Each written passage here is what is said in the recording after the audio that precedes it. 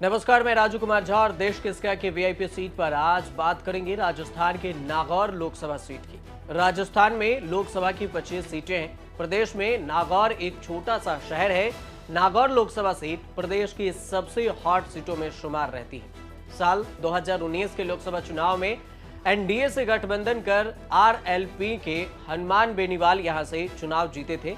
उनके सामने कांग्रेस की ज्योति मिर्धा मैदान में थी, लेकिन इस बार ज्योति मिर्धा बीजेपी में शामिल हो चुकी हैं। ऐसे में इस सीट पर इस बार काफी रोचक मुकाबला भी देखने को मिल सकता है। हालांकि हनुमान बेनीवाल ने साल 2023 के विधानसभा चुनाव में खींवसर विधानसभा से चुनाव भी जीत चुके हैं और वो अभी फिलहाल विधायक भी बन चुके हैं। साल 1997 में बीजेपी ने पहली बार प्रयोग किया और मिर्धा परिवार के भानु प्रताप मिर्धा को अपने पाले में लेकर उन्हें चुनाव लड़वाया, जिससे पहली बार नागौर में बीजेपी को जीत भी मिली। विधानसभा चुनाव से पहले कांग्रेस का दामन छोड़कर पूर्व सांसद ज्योति मिर्धा बीजेपी में शामिल हो गई हैं। बीजेपी ने उन्हें अपना विधानसभा में भी प्रत्याशी बनाया, लेकिन वो चुनाव नहीं जीत सकी। उन्हीं के चाचा कांग्रेस के हरेंद्र मिर्धा ने हरा दिया। ऐतिहासिक रूप से भी नागौर काफी महत्वपूर्ण रहा है। यहाँ की अकबरी जमा मस्जिद एक प्रसिद्ध धार्मिक स्थलों में से एक है। एक मस्जिद शहर के बीचों बीच गढ़ा मोहल्ला के तालाब के पास भी स्थित है। नागौर विशेष रूप से हर साल लगने वाले पशु मेले के लिए भी काफी प्रसिद्ध है। इसके अलावा यहाँ कई महत्वपूर्ण मंदिर और स्मारक भी है, जैसे नागौर जिला कसूरी मेथी के लिए भी ये प्रसिद्ध है। अब लोकसभा चुनाव 2024 की बारी है। ऐसे में मुकाबले में यहाँ पहले जो समीकरण बन रहा है उसको समझना जरूरी हो जाता है कि कौन कब कितने नंबर से जीता और कब जीतकर संसद पहुंचा। देश के वीआईपी सीट पर आज नागौर लोकसभा सीट के पूरे समीकरण को समझेंगे। बीजेपी ने साल 2009 में बिंदु चौधरी को उम्मीदवार बनाया था, जिन्हें कांग्रेस उम्मीदवार के रूप में ज्योति मिर्धा ने हराया था। इसके बाद 2014 में ज्योति मिर्धा फिर से कांग्रेस की उम्मीदवार थी, लेकिन बीजेपी ने पूर्व आईएएस अधिकारी सीआर चौधरी को मैदान में उतारा, जिन्होंने ज्योति मिर्धा को शिकस्त दी। अगर 2014 लोकसभा चुनाव परिणाम को अगर देखें तो बीजेपी की तरफ से सीआर चौधरी मैदान में उतरे और जीते भी। उन्हें 4,14,751 वोट मिले और 41.31% वोट प्रतिशत रहा। कांग्रेस की तरफ से ज्योति मिर्धा मैदान में थी, जिन्हें 3,39,573 वोट मिले। 33.82% इनका वोट प्रतिशत रहा था। आईएनडी की तरफ से हनुमान बेनीवाल थे, जिन्हें 1,59,980 वोट मिले थे। 15.93% वोट प्रतिशत इनका रहा था। 2019 में बीजेपी ने आरएलपी से गठबंधन कर लिया और हनुमान बेनीवाल आरएलपी और बीजेपी के संयुक्त उम्मीदवार बने। इस दौरान भी बतौर कांग्रेस उम्मीदवार ज्योति मिर्धा ने चुनाव लड़ा, लेकिन दूसरी बार भी उन्हें हार का सामना करना पड़ा।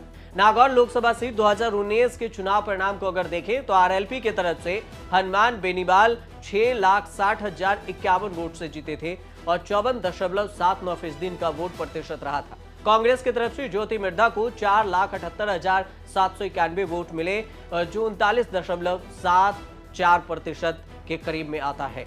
नागौर लोकसभा सीट के अंतर्गत 8 विधानसभा की सीटें आती हैं, जिनमें लाडनू, जायल और डिडवाना, नागौर, खींवसर, मकराना और पर्वतसर और नवा, ये 8 विधानसभा की सीटें हैं जो नागौर लोकसभा सीट के अंतर्गत आती हैं। नागौर लोकसभा क्षेत्र परंपरागत रूप से जाट राजनीति का प्रमुख गढ़ माना जाता है। जातिगत समीकरण पर अगर गौर किया जाए तो नागौर में जाट मतदाता सबसे अधिक हैं। इसके बाद यहाँ मुस्लिम, राजपूत, एससी और मूल रूप से ओबीसी के मतदाता भी अच्छी खासी तादाद में हैं। जातीय समीकरण को समझें तो 2011 जातीय जनगणना के मुताबिक यहाँ की साक्षरता 53.17% बताई गई थी। ग्रामीण वोटर यहाँ पर 15,34,667 हैं, 79.9% वोट प्रतिशत है। शहरी वोटर यहाँ पर 38,60,000 के करीब में आती है, 20.1% इनकी आबादी बताई जाती है। 2019 में कुल वोटर की जो गिनती हुई थी वो 19,20,735 बताई गई। नागौर में मिर्धा परिवार की वजह से और जाट वोटों का कांग्रेस की तरफ से अधिक झुकाव होने से यहाँ कांग्रेस की स्थिति काफी मजबूत मानी जाती है। यहाँ आबादी और बाकी धर्मों की अगर बात की जाए तो बौद्ध धर्म के यहाँ पर कोई आबादी नहीं बताई जाती है। ईसाई धर्म के 0.06% आबादी है। जैन धर्म के 0.39%। जाट समुदाय पर सबसे ज्यादा आबादी बताई जाती है, 18.75%।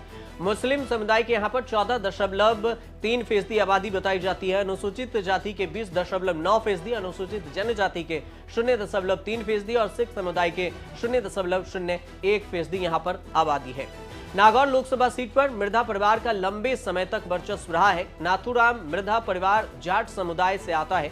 मृधा परिवार का जाट समाज में बड़ा ही दबदबा माना जाता है। बीजेपी और कांग्रेस दोनों ही पार्टी मृधा परिवार पर दावा खेल चुके हैं। नागौर लोकसभा सीट पर 1952 में पहली बार लोकसभा चुनाव हुआ था और उसके बाद से अगर यहाँ पर संसद जो जीते वो सांसद बनकर जो पहुंचे संसद तक, उनकी बात करें तो 1952 में जीडी सोमानी स्वतंत्र पार्टी से जीते थे।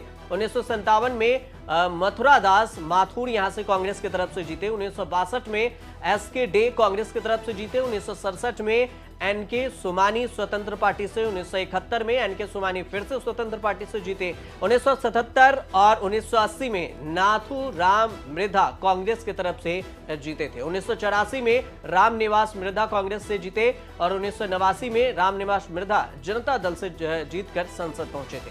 1991 में नाथूराम मृधा और फिर 1996 में नाथूराम मृधा दोनों बार फिर से कांग्रेस की तरफ से जीते। 1997 में भानु प्रकाश मृधा जीते बीजेपी की तरफ से। 1998 की बात करें तो राम रघुनाथ चौधरी कांग्रेस की तरफ से जीते। 1999 में भी इन्होंने जीत में कामयाब रहे और इस सीट से जीतकर संसद तक पहुंचे। 2004 में भंवर सिंह डांकावास यहां से बीजेपी की तरफ से जीते और 2009 में ज्योति मृधा कांग्रेस की तरफ से जीती थी।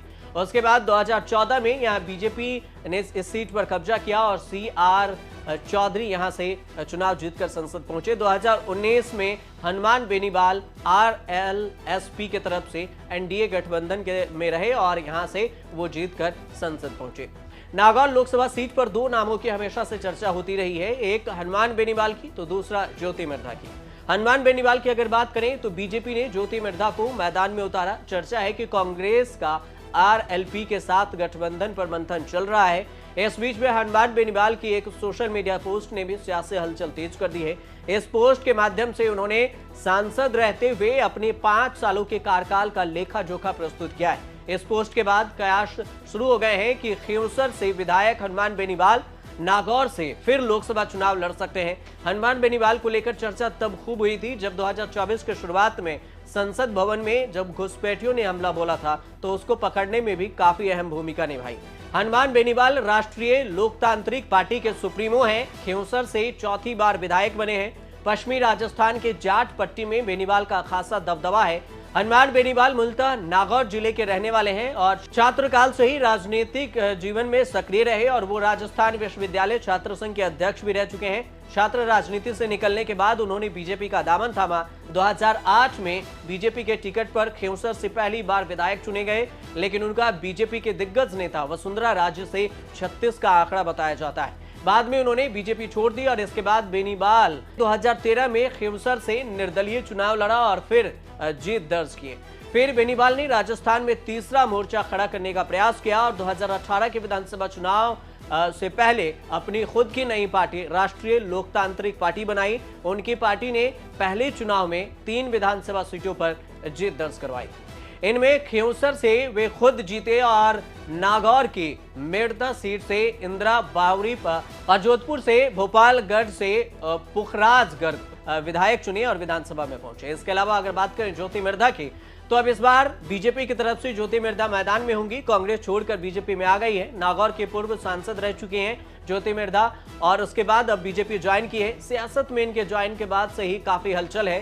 बीजेपी में शामिल होने से कई राजनीतिक दलों के सियासी समीकरण पर बड़ा असर पड़ेगा।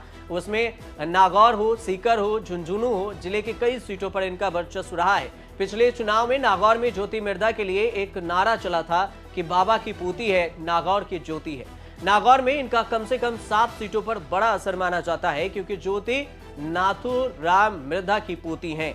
जाटलैंड में नाथूराम मिर्धा परिवार का बड़ा असर रहा है और कांग्रेस के टिकट पर ज्योति मिर्धा नागौर से 2009 में लोकसभा सांसद भी रही हैं। कांग्रेस की बड़ी नेता मानी जाती रही हैं। पिछले 4 सालों में वो नाराज बताई जा रही थी कांग्रेस से और फिर नाराजगी के बाद ही अब उन्होंने बीजेपी ज्वाइन कर लिया है और इससे काफी सियासी समीकरण बदल सकता है। ज्योति मिर्धा की शादी नरेंद्र गहलोत से हुई, उनका एक बेटा भी है।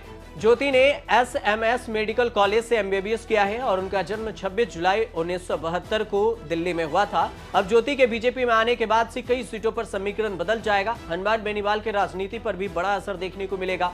कांग्रेस के लिए भी एक ये बड़ी मुसीबत खड़ी हो सकती है। आप देखते रहिए।